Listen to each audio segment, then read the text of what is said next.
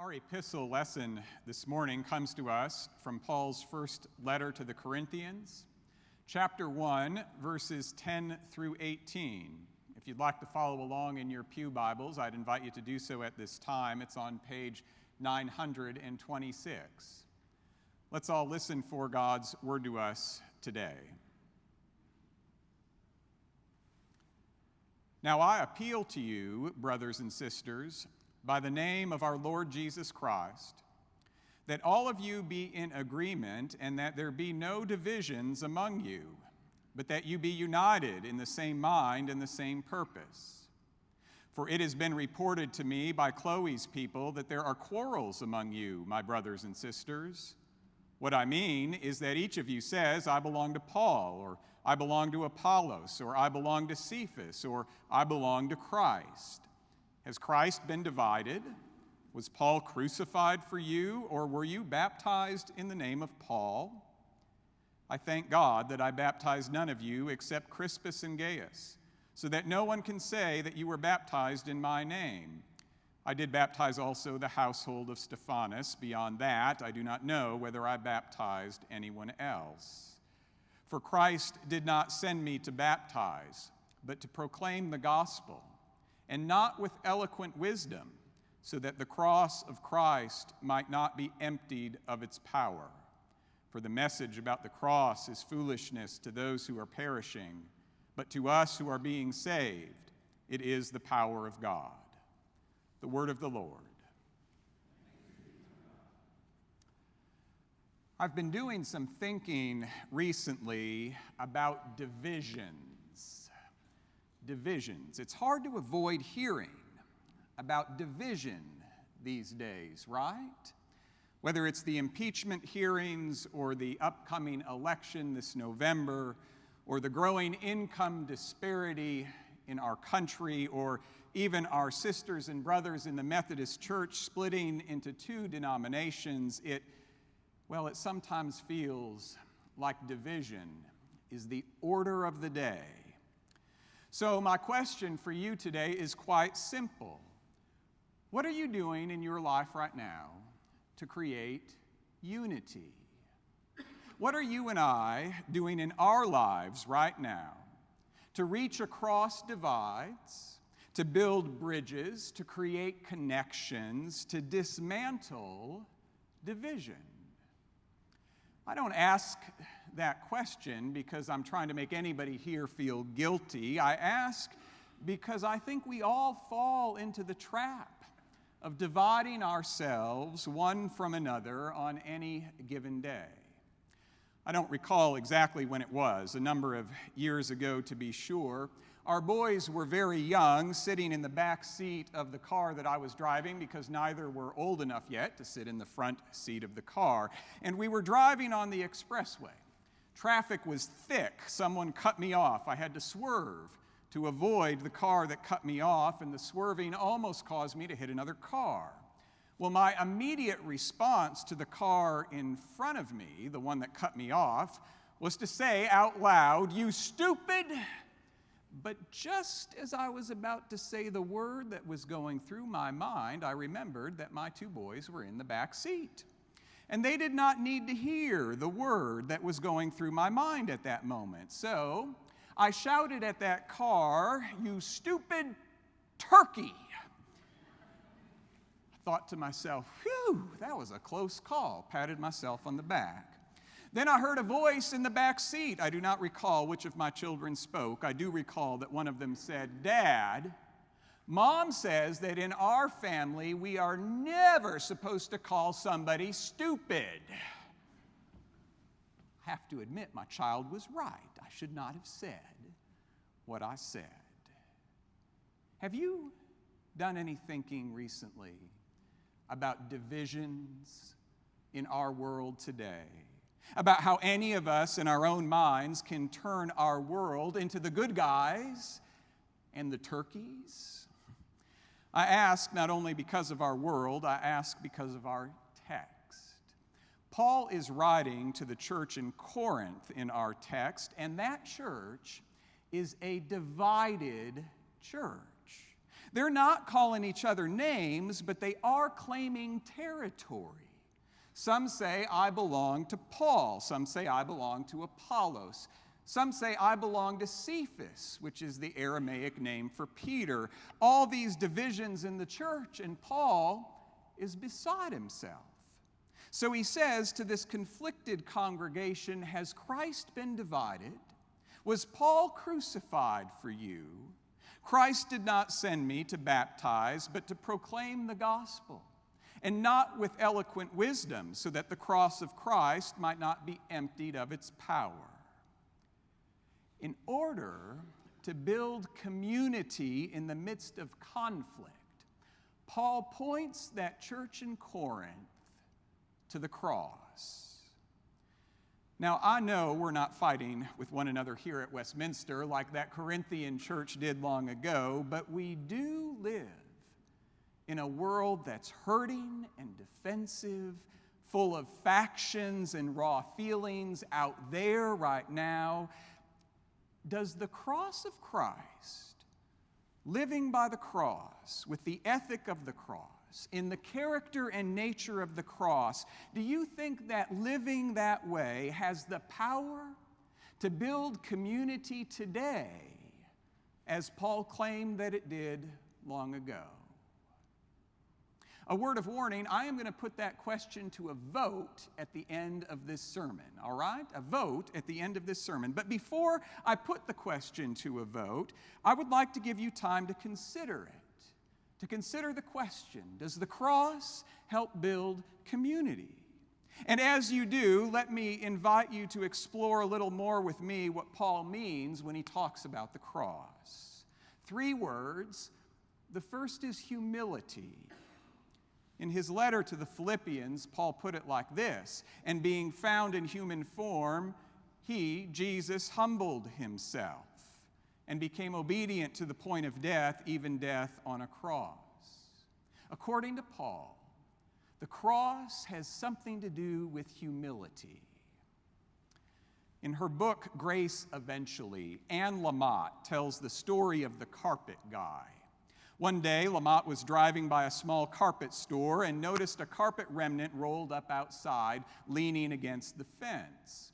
It looked just perfect for the children's room at her church, so she pulled over, walked inside, paid the man behind the desk $50 for the rug.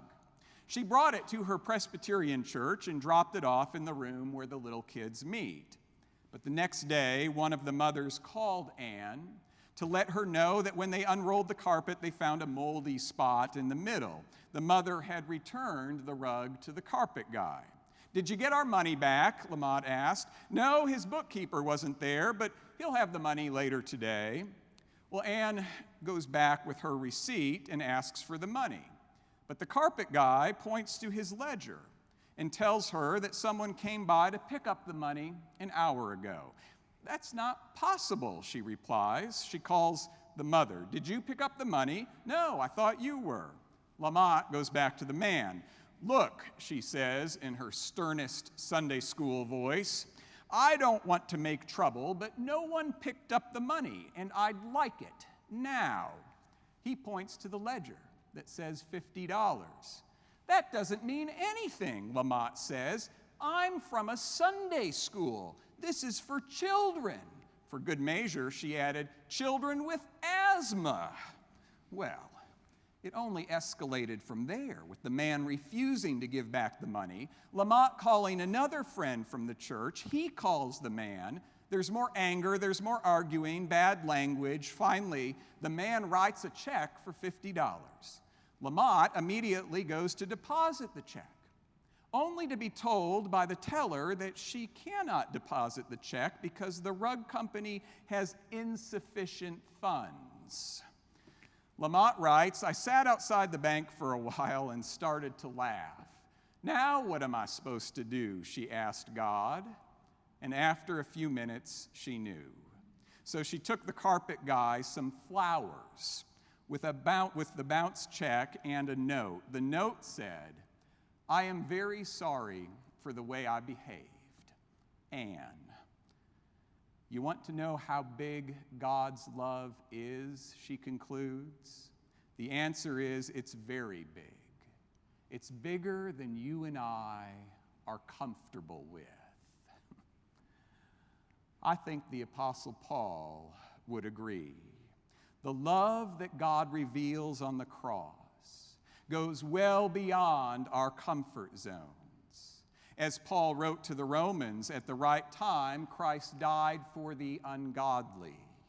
Notice what Paul did not say. Did Paul write that Jesus died on the cross for all the people whom we believe are good people? No. Did Paul write that Jesus died on the cross for all Christian or all righteous people? No. Jesus died for the ungodly, which means all people. It means that God took those two wooden beams, an instrument of capital punishment in the Roman world, and in some mysterious way, God made God's grace available for everyone. And so should we. Living by the ethic of the cross means we err on the side of grace wherever possible, not just with people we like, but even with people we do not like. It means we strive for nonviolent solutions to our conflicts wherever possible, so that the cross is not simply an instrument of horror, but also a means of healing. That's the second word. Not just humility, but healing. I saw an interview a few years ago with a decorated World War II veteran. His name was Jack Leroy Tueller, and he told this story. It was 2 weeks after D-Day. It was dark, raining, muddy, and I'm stressed, so I get my trumpet out. And the commander says, "Jack, don't play tonight because there's a sniper still left." I thought to myself, that German sniper is as scared and lonely as I am. So I thought, I'll play his love song. And he plays his trumpet against his commander's advice. The next morning, he said, here came a jeep up from the beach about 1.5 miles away. "Hey, Captain, here's some German prisoners getting ready to go to England. One of them keeps saying in broken English, 'Who played that trumpet last night?'" And he burst into song. And he said, the prisoner did, "When I heard that number you played, I thought about my fiancée in Germany. I thought about my mother and dad, about my brothers and sisters, and I couldn't fire." And he stuck out his hand, and I shook the hand of the enemy. He was no enemy. He was scared and lonely like me. How did he do it? How did Captain Tueller take a frightening, stressful, life-on-the-line moment and turn it into a healing moment? I don't know how he did it, but I do know this. The kind of love that Captain Tueller played on his trumpet all those years ago is the kind of love we find right there on the cross. Because the cross means not only humility, and it's not only about healing, it is our deepest hope. It's the hope that comes from knowing that God is with us in our greatest sorrows and our worst suffering. And just like God walked through the suffering of Jesus on the cross, so does God, in the midst of our trials, suffer with us as well. And that puts a claim on us. Living by the cross means that we do not avoid other people's suffering, and we cannot always fix other people's suffering. What we can do is walk through it with them. As some of you know, the lawyer Brian Stevenson is speaking at the United Ministries Luncheon this coming spring. Mr. Stevenson's career has involved challenging death penalty cases in which people were either unjustly convicted or working to overturn a life in prison sentence for someone who was charged and convicted as a juvenile. It's grueling work, and while Stevenson has had his share of victories, he's also had his share of defeats. The work he does takes a toll. Stevenson tells of the time a few years ago when his work at a particular courthouse in New Orleans had wrapped up for the day. He was getting ready to go when he noticed an older black woman on the marble steps in the massive court hallway. She looked tired, and Stevenson writes, wore what my sister and I used to call a church meeting hat.